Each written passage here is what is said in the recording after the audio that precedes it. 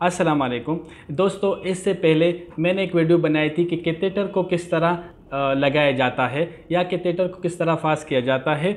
अब मैं आप लोगों को बताऊंगा कि कैथेटर को मरीज़ से कैसे रिमूव किया जाता है, क्योंकि बहुत से लोगों को ये पता नहीं होता। कुछ लोग तो ये इधर से खींचता है, मरीज़ को तकलीफ होता है, कहते हैं कि ये कैथेटर क्यों बाहर नहीं निकलता।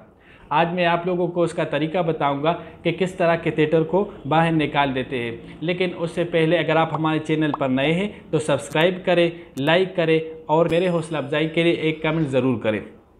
तो दोस्तों, ये कैथेटर है, मिसाल के तौर पर ये मरीज़ को पास है। अब हम इसको निकालने के लिए क्या करेंगे? इसको निकालने के लिए आपके साथ सिरिंज का होना बहुत ज़रूरी है, क्योंकि अगर आप निकालेंगे तो सिरिंज से निकालेंगे।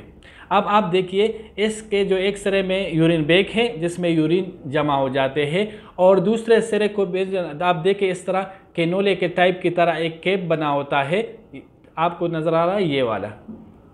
तो आपको सिरिंज को इसके अंदर डालना है इस तरह, देखिए। अब इसके अंदर जितना पानी होता है, ये देखिए, इसमें पहले से पानी था लागता, वो पानी बाहर निकल रहा है, ठीक है।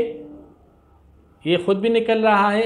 अगर आप इसे जल्दी में हैं तो आप इससे खींच कर, ये देखिए, इधर से वो गुब्बारा बनाता वो ख़त्म हो गया, पानी बाहर निकल आया, ठीक है, सिरिंज के ज़रिए। अब सिरिंज को निकाल कर इस पानी को इधर रख दे या फेंक दे, ठीक है, ये इलाज ख़त्म हो गया। अब आपको आहिस्ता से इसे बाहर निकालना है।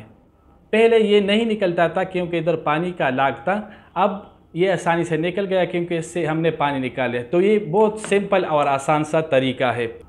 तो दोस्तों, उम्मीद करता हूँ कि ये वीडियो भी आपको पसंद आई होगी। अब मुझे इजाज़त दीजिए। अल्लाह हाफिज़।